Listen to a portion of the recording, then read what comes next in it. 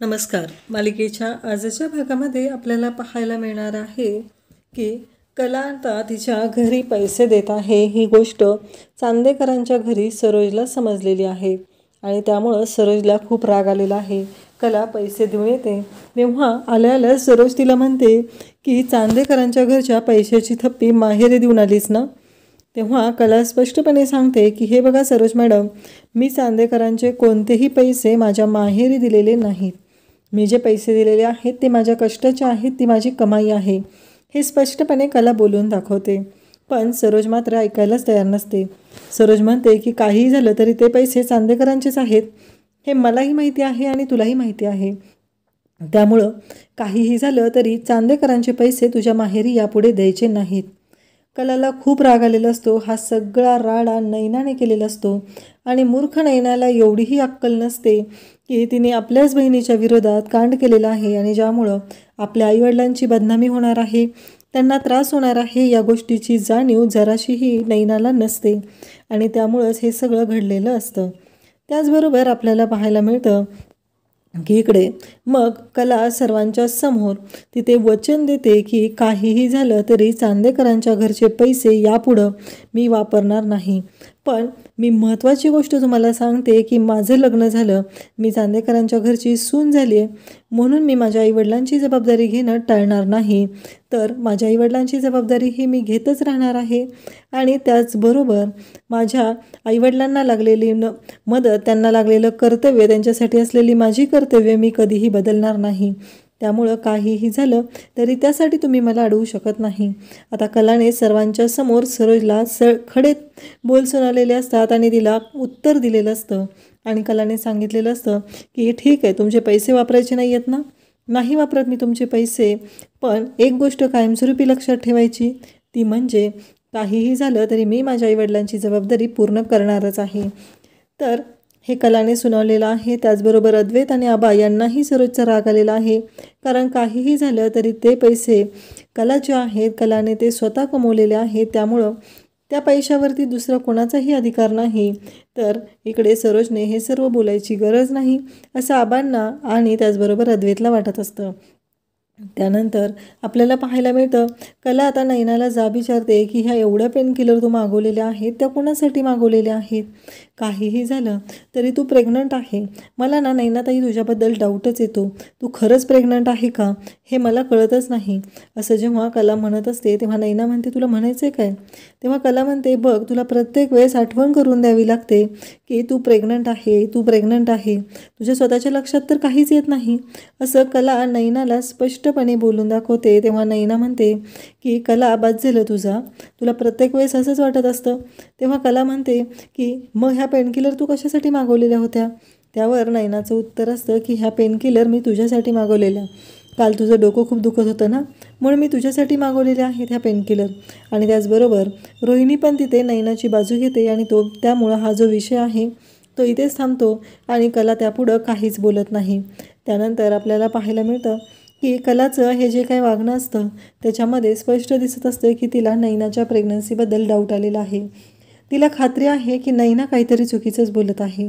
नैना मात्र म्हणत असते की तुला प्रत्येक वेळेस माझ्यावरच डाऊट येतो, तू प्रत्येक वेळेस माझ्यावर डाऊट घेते.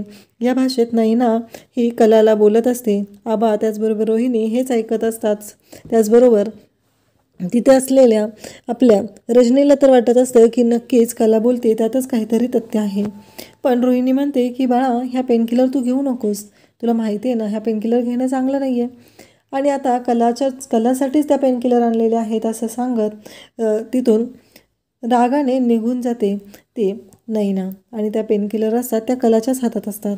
कलाला प्रश्न पडलेला असतो, खरंच नैनाताई जे बोलते त्यात सत्य आहे का, कारण एवढी काळजी नैनाने कधीच केलेली नव्हती.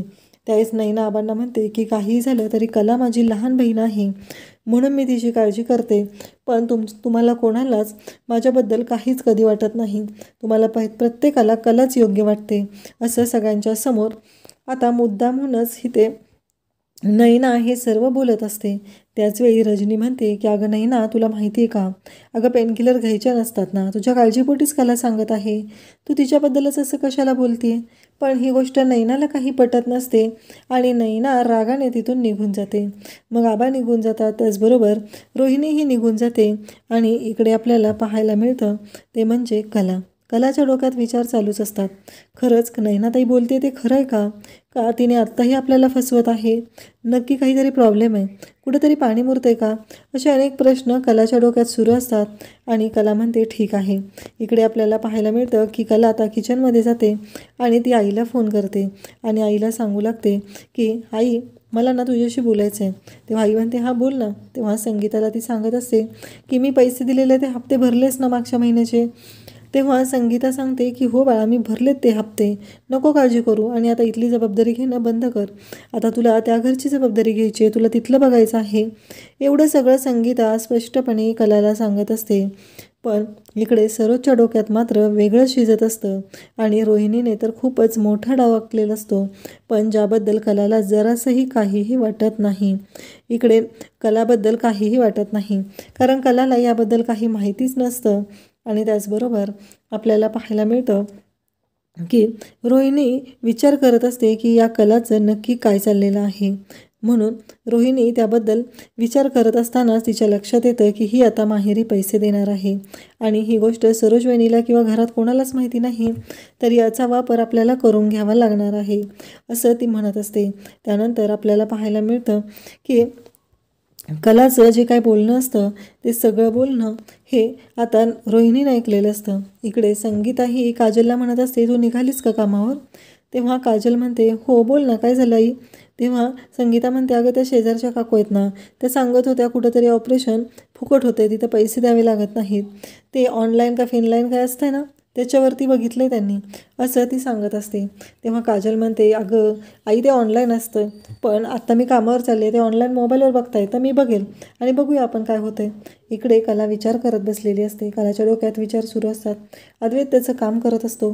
त्यानंतर कला उठते आणि अद्वैतला म्हणते चांदेकर, मला तुझ्याशी बोलायचं आहे.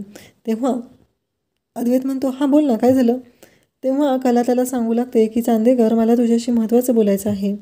मला ना माझं स्त्रीधन हवं आहे. तेव्हा अद्वैत म्हणतो काय म्हणालीस? तेव्हा कला सांगते की हो, मला माझं स्त्रीधन हवं आहे, म्हणजे माझे दागिने. माझ्या आईवडिलांनी आपल्या लग्नात मान्य मला जास्त दागिने नव्हते घातले, पण थोडेफार होते ना, ते मला हवे आहेत. अद्वैत म्हणतो म्हणजे? तेव्हा कला म्हणते तुझ्यापासून आता काय लपवू, कारण तुला तर सगळ्याच गोष्टी माहिती आहेत.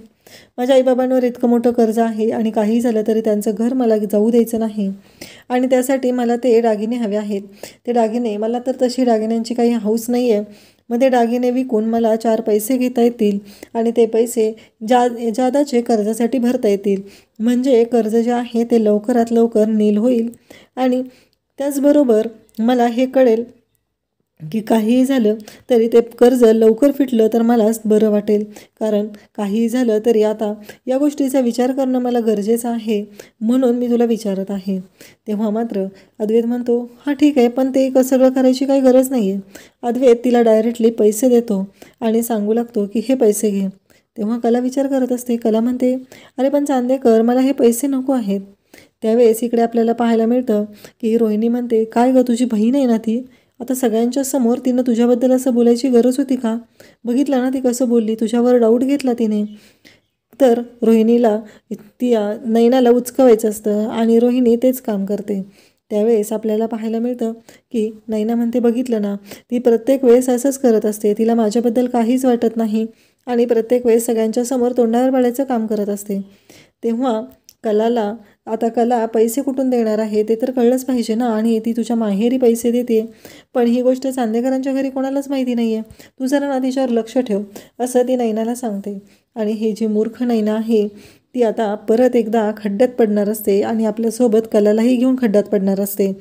तर अद्वैत आता कलाला पैसे देत असतो. कला म्हणत असते की अरे मला नको चांदेकर हे पैसे, ते दागिने तुला घे ना. तेव्हा अद्वैत म्हणतो हे बघ, मी तुला त्या दिवशी जे पैसे दिलेले होते ना ते वेगळे होते अगं, त्या डिझाईनचे होते, जे तू स्वामीनाथनच्या डिझाईन बनवलेत त्याचे होते, आणि आता आजही तू चेंजेस केलेले आहेत आणि बऱ्याच डिझाईन तू बनवत आहेस सध्या, कारण आपल्या बँगलोरच्या प्रोजेक्टसाठीही तू डिझाईन बनवत आहे, तर हे त्याचे पैसे आहेत. आणि अजून आत्ता माझ्याकडे सध्या एवढीच कॅश आहे, बाकीचे मी तुला ऑनलाईन ट्रान्सफर करेन. मग तुझा प्रश्न मिटेल ना, असं तो कलाला विचारतो. तेव्हा कला म्हणते की हो. आणि आता कलाला हे पैसे मिळालेले असतात आणि कला मग खुश झालेले असते. पण नेमकं नैना आणि रोहिणी हे दोघीजणी तिथं आलेले असतात आणि हे सगळं जे आहे ते ऐकतात. आणि त्याचबरोबर त्या ठरवतात की आता काहीही झालं तरी आपल्याला ही गोष्ट कळलेली आहे, त्यामुळं आता ह्या गोष्टीचा कांगावा करायचा, असं रोहिणीने ठरवलेलं असतं. कारण याबद्दल सरोजला काहीच माहिती नाही आहे हे रोहिणीच्या लक्षात आलेलं असतं. म्हणून तर रोहिणी आता ह्या गोष्टी हा तमाशा करणार असते. पण आता तमाशा करण्यासाठी तिने नैनाचा वापर करायचं ठरवलेलं असतं. आणि नैना मूर्ख असते, तिला जराशीही अक्कल नसते. आणि सगळ्यांच्या समोर नैना आता कलाला तोंडावर पाडणार असते. नैनाला जरासंही वाटत नाही की यामुळं आपल्या बहिणीचं नुकसान होणार आहे, आपलं नुकसान होणार आहे. आपली बहीण ही आपल्या आईबाबांनाच मदत करते याची जाणीव तिला जराशीही नसते. आणि आता इथे रोहिणीने जे सांगितलेलं आहे ते सगळं ऐकत तिनं रोहिणीच्या म्हणण्याप्रमाणे वागायचं ठरवते. आणि त्याचबरोबर इकडे कला मात्र खुश झालेली असते. कला आता झोपायला लागलेली असते आणि तेव्हा तिला आठवत असतं जेव्हा तिच्या हाताला जेव्हा चहा भाजलेला होता तेव्हा अद्वैतनं तिच्या हाताला मलम लावून दिलेला असतो. आणि ह्या गोष्टी कलाला आठवत असतात. कला खुश असते. आणि त्याचबरोबर कला म्हणत असते खरंच हा चांदेकर खूपच चांगला आहे, याच्यामध्ये छान बदल होत आहे. तेव्हा अद्वैत मात्र इकडे म्हणत असतो की खरंच आज खरेला जे मी मदत केलेली आहे त्यामुळं मी चांगला नवरा आहे हे तर सिद्ध होणारच आहे. आणि इकडे आता दुसऱ्या दिवशी कलाने सगळ्यांसाठी नाश्ता बनवलेला असतो. पण त्यामध्ये अद्वैतच्या आवडीचा सगळा ब्रेकफास्ट बनवलेला असतो. बिटाचे पराठे केलेले असतात, त्याचबरोबर मुगाच्या इडल्या केलेल्या असतात. तर रजनी येते आणि म्हणते सगळा ब्रेकफास्ट बनवून झालेला आहे. तेव्हा कला म्हणते हो. रजनी म्हणते पण हे तर सगळं हेल्दी आहे, अद्वैतच्या आवडीचे. कला म्हणते हो ना, कारण रोजच आपण उपमा त्याचबरोबर पोहे या गोष्टी करत असतो. मग मला आज वाटलं की आपण वेगळं काहीतरी करूया आणि हेल्दी असावं, म्हणून हा ब्रेकफास्ट मी आज बनवलेला आहे, असं ती सांगते. तेव्हा कला म्हणते कलाने हे सांगितल्यानंतर रजनीला खूपच छान वाटत असतं. तेव्हा रजनी म्हणते ठीक आहे. आणि मग तिथे अंजू येते आणि अंजू म्हणते कलाताई तुम्हाला कुठंतरी बाहेर जायचं होतं ना आज. तेव्हा कला म्हणते की हो मी निघतेच आहे आता थोड्याच वेळात. आणि कला आवरायला घेते. त्याचबरोबर इकडे रजनी सांगत असते की जा तू, माझी मी इथलं बघून घेईल. आता रोहिणी ही नैनाला सांगत असते की त्या दिवशी राहुलच्या बाबतीत जो राडा केला होता ना त्याच्यापेक्षा 10 पट तमाशा झाला पाहिजे. कारण घरात कोणालाही माहिती नाही की ही जी कला आहे ती घरी पैसे देत आहे, तिच्या माहेरी पैसे देत आहे, त्यामुळं ह्या गोष्टीचा राडा झालाच पाहिजे असं सांगितलेलं असतं. आणि ही मूर्ख नैना पण आता रोहिणीच्या म्हणण्याप्रमाणे वागायला तयार झालेली असते. तिला एवढीशीही जाणीव नसते की यामुळं आपल्या बहिणीचं नुकसान होणार आहे, आपल्या बहिणीला त्रास होणार आहे. पण तिच्यासाठी तिचा इगो महत्त्वाचा असतो आणि ती मूर्खासारखं वागत असते. त्यावेळेस रोहिणी म्हणत पण असते की ही नक्की मुलगी आहे तरी काय, कारण हिला जरासंही आपल्या स्वतःच्या बहिणीबद्दल पण काही वाटत नाही आहे. म्हणजे नक्की समजायचं आहे का हिच्याबद्दल, हा प्रश्न तिच्या डोक्यात आलेला असतो. आणि आता कला रूममध्ये येते, कपाटातले पैसे ती पर्समध्ये ठेवते आणि ती घरी निघालेली असते. आणि तिने घरी येऊन संगीताला इकडे सरप्राईज दिलेलं असतं. संगीता म्हणते अगं असं काय झालं, आज अचानक आलेस कले. तेव्हा कला म्हणते अगं आले मी, त्यात काय एवढं, असं म्हणत कला विषय थोडासा थांबवते. तेव्हा कला म्हणते की आई हे घे पैसे आणि मी माझी जबाबदारी पूर्णपणे सांभाळत आहे, कारण काहीही झालं तरी मला माझी जबाबदारी माहिती आहे आणि त्यामुळं मी आता पूर्णपणे ती जबाबदारी घेतलेली आहे असं सांगत असते. तेव्हा संगीता म्हणते काही झालं तरी तू त्या घरची सून आहे ही गोष्ट कधीही विसरू नकोस. तेव्हा कला म्हणते की नाही मी ती गोष्ट कधीच विसरणार नाही, पण मी या घरची मुलगी आहे आणि तुमच्याप्रतीही माझे काहीतरी कर्तव्य आहेत, ही गोष्टही मी कधीच विसरणार नाही. त्यामुळं काहीही झालं तरी हे पैसे मी तुला देत आहे आणि ते तुला घ्यावेच लागणार आहेत. आणि मागेही मी पैसे दिलेले होते, त्यामुळं काहीही कर्जाचं टेन्शन घ्यायची गरज नाही. तर आता उद्याच्या भागात आपल्याला पाहायला मिळतं की सरोज ही कलाला विचारत असते की तू चांदेकरांचे पैसे तुझ्या माहेरी देऊन आलेले आहेस ना, पण यापुढे तू चांदेकरांचे पैसे तुझ्या माहेरी द्यायचे नाहीत. त्यावरती कला सांगते की हो बरोबर आहे तुमचं, पण माझंही माझ्या माहेरच्या प्रती एक मुलगी म्हणून कर्तव्य आहे आणि ती जबाबदारी मी पार पाडणारच आहे. अशाच अपडेटसाठी चॅनलला सबस्क्राईब करा. थँक्यू.